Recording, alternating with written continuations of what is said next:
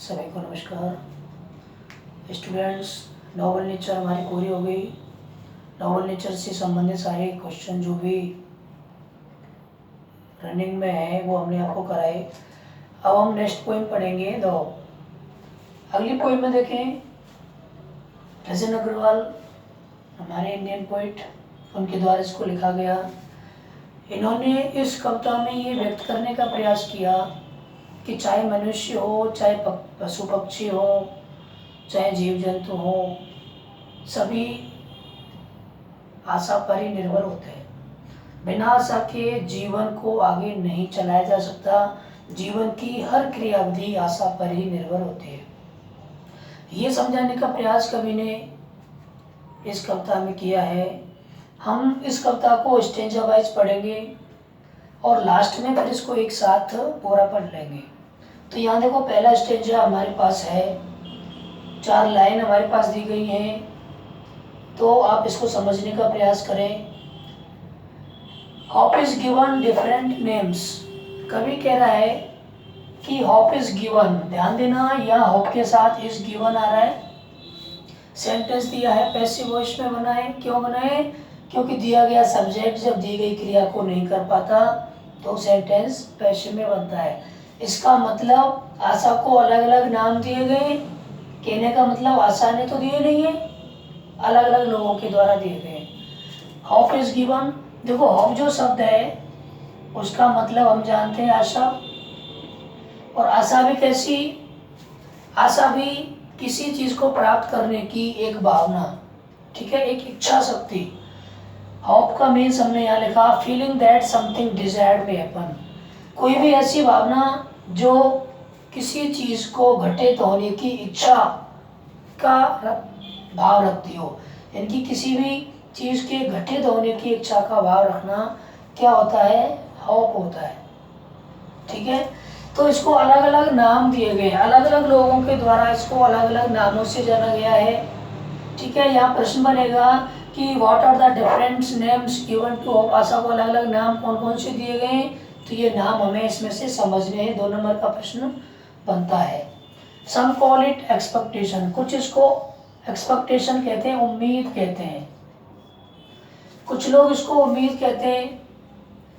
उम्मीद का मतलब ये माना जाता है कि ऐसा होगा, ये मान लेते हैं हम कि ये होने वाला है, तो इसीलिए कुछ लोग इसको, यहाँ तो फीलिंग्स होती है, केवल भावनाएं होती हैं कि ऐसा हमारे साथ होगा, ये हम इच्छा रखते हैं होप में तो, और एक्सपेक्टेशन में हम मान लेते हैं कि ऐसा होगा।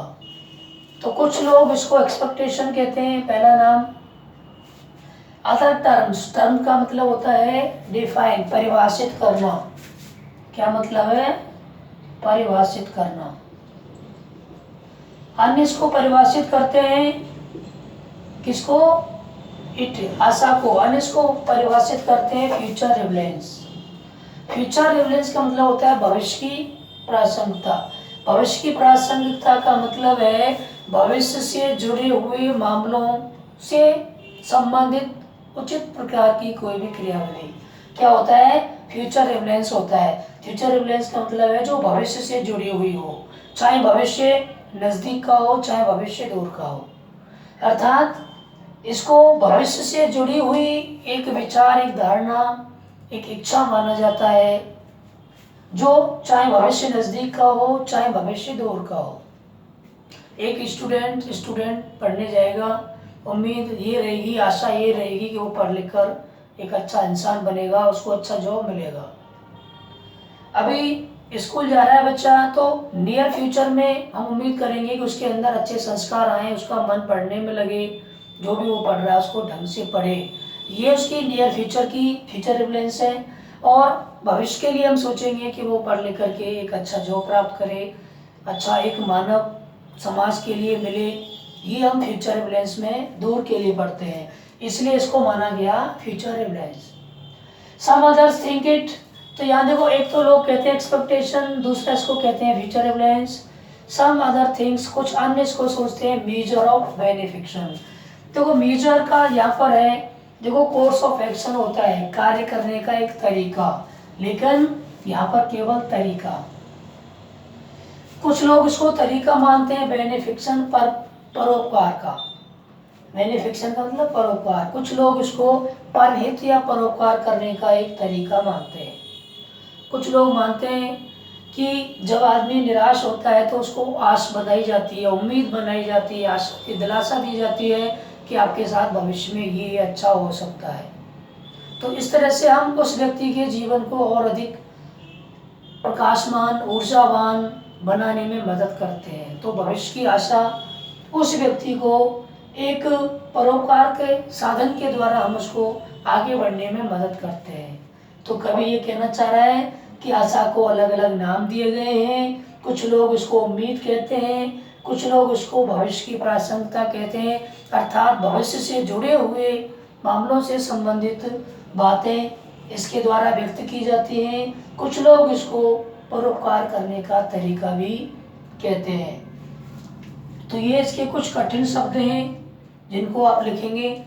क्वेश्चंस में देखो, इसमें 2 क्वेश्चन बन रहे हैं। पहला प्रश्न ये बनेगा कि why does the poet call hope future relevance. कवि ने आशा को भविष्य की प्रासंगिकता क्यों कहा, क्यों कहता है कवि। तो यहाँ देखो प्रश्न में से ले लें, द पोएट सब्जेक्ट आ गया, डज आ रहा है इसलिए कॉल्स, होप फ्यूचर रिलेवेंस पूरा आ गया, वाई से जुड़ रहा है, बिकॉज से जोड़ दो, क्योंकि it is related to future, क्योंकि ये भविष्य से जुड़ा हुआ है, क्योंकि ये भविष्य से जुड़ी हुई है। फ्यूचर मैटर्स भी हम कह सकते हैं। ये भविष्य से जुड़े हुए मामलों से जुड़ा हुआ है, चाहे डिस्टेंट फ्यूचर और नियर फ्यूचर, चाहे दूर का भविष्य हो या नजदीक का भविष्य हो, चाहे दूर का भविष्य हो चाहे नजदीक का भविष्य हो, ये भविष्य से जुड़े हुए मामले होते हैं आशा, इसीलिए इसको हम फ्यूचर रिलेवेंस कहते हैं। दूसरे प्रश्न में what are the different names given to hope. आशा को क्या अलग अलग नाम दिए गए।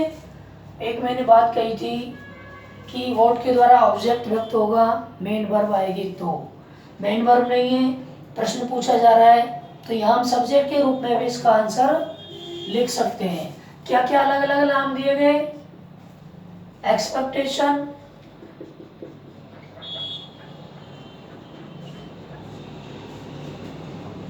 Future relevance, future relevance and कौन है,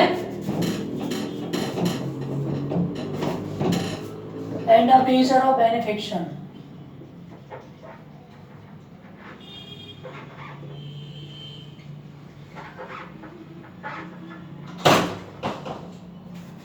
ये यहां पर लगाकर आर द डिफरेंट पूरा लिख देंगे, are the different names given to hope. इस तरह से यहाँ देखो व्हाट की जगह पर ये पूरा लगाया और इस तरह से ये आंसर कंप्लीट हुआ।